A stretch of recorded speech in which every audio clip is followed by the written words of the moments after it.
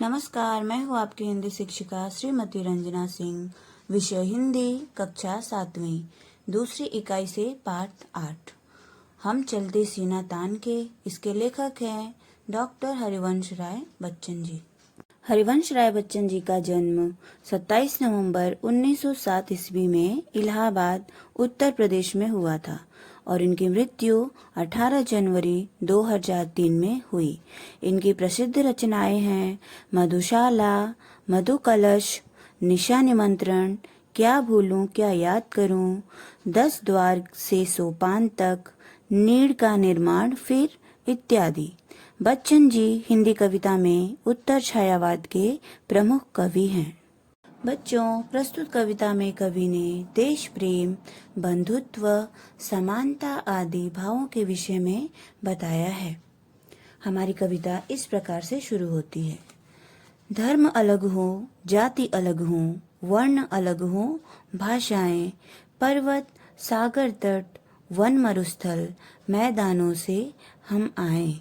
फौजी वर्दी में हम सबसे पहले हिंदुस्तान के, भारत माता के बेटे हम, चलते सीना तान के। इस पंक्ति का अर्थ है, हमारे धर्म अलग हैं, हमारी जातियां अलग हैं, हमारे वर्ण अर्थात रंग अलग हैं, हम अलग भाषाएं बोलते हैं, हम अलग अलग प्रांतों से आए हैं। कोई पर्वतीय क्षेत्र से आया है, कोई सागर तटीय क्षेत्र से आया है, तो कोई रेगिस्तान से आया है, कोई मैदानी क्षेत्र से आया है, परंतु हम सब भारतीय सेना की वर्दी में सजे हिंदुस्तानी हैं। हमें अपने भारतीय होने पर गर्व है। भारत माता के सपूत हम गर्व से सीना तान कर चलते हैं। हिंदुस्तान की जिसकी मिट्टी में हम खेले खाए हैं, जिसकी रजकंड हमको ममता समता से अपनाए हैं। कर्ज चुकाने हैं हमको उन रजकंड के एहसान के, भारत माता के बेटे हम, चलते सीना तान के। इसका अर्थ है, अपने देश की मिट्टी से हमारा पालन पोषण हुआ है। जिस मातृभूमि की मिट्टी में खेल कूद कर हम बड़े हुए हैं, जिस मिट्टी ने हमें अपनी गोद में ममता समानता से पाला है, हमें उस पवित्र माटी का कर्ज चुकाना है। उसके लिए हम कुछ भी कर सकते हैं। भारत माता के सपूत हम गर्व से सीना तान कर चलते हैं। जिसकी पूजा में सदियों से श्रम के फूल चढ़ाए हैं, जिसकी रक्षा में पुरखों अर्थात हमारे पूर्वज अगणित, जिसकी गिनती न की जा सके, शीश कटाए हैं। हम रखवाले पौरुष वाले उसके गौरव मान के, भारत माता के बेटे हम, चलते सीना तान के। इसका अर्थ इस प्रकार से है, शताब्दियों से हमारे पूर्वजों ने जिस भारत माता के चरणों में अपने परिश्रम रूपी पुष्प चढ़ाए हैं, जिसकी रक्षा के लिए न जाने हमारे कितने पुरखों ने हंसते हंसते अपने शीश कटा दिए हैं, हम उसी भारत माता के गौरव और सम्मान के रक्षक हैं। हमारे हृदय में साहस की कमी नहीं है। भारत माता के सपूत हम गर्व से सीना तान कर चलते हैं। हम गिर जाएं किंतु न गिरने देंगे देश निशान को, हम मिट जाएं किंतु न मिटने देंगे हिंदुस्तान को। हम सबसे आगे रहते अवसर पर बलिदान के, भारत माता के बेटे हम, चलते सीना तान के। इसका अर्थ है, युद्ध भूमि में लड़ते लड़ते हम भले ही गिर जाएं, परंतु अपने प्यारे तिरंगे को कभी गिरने नहीं देंगे। हम चाहे मातृभूमि की रक्षा करते करते मिट जाएं, देश के लिए शहीद हो जाएं, परंतु अपने प्यारे देश पर कभी आँच न आने देंगे। हम बलिदान के अवसर पर सबसे आगे रहते हैं। भारत माता के सपूत हम, गर्व से सीना तान कर चलते हैं। जो वीरत्व विवेक समर में, समर अर्थात युद्ध, हम सैनिक दिखलाएंगे, उसकी गाथाएं भारत के गांव नगर घर गाएंगे।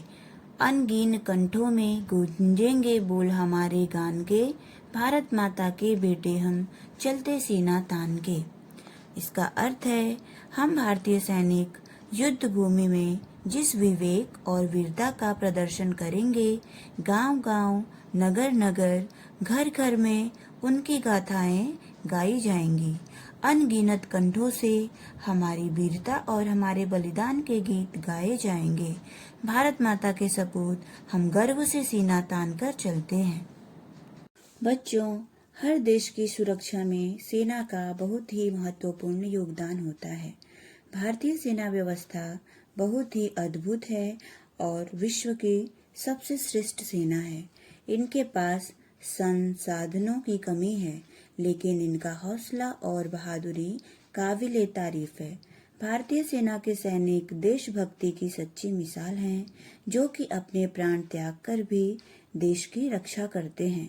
भारतीय सेना मौका आने पर दुश्मन की ईंट से ईंट बजा देते हैं। वह अपने अंतिम क्षणों तक डट कर खड़े रहते हैं। भारतीय सैनिक गर्मी हो या सर्दी, बिना मौसम की परवाह किए देशवासियों की रक्षा करते हैं।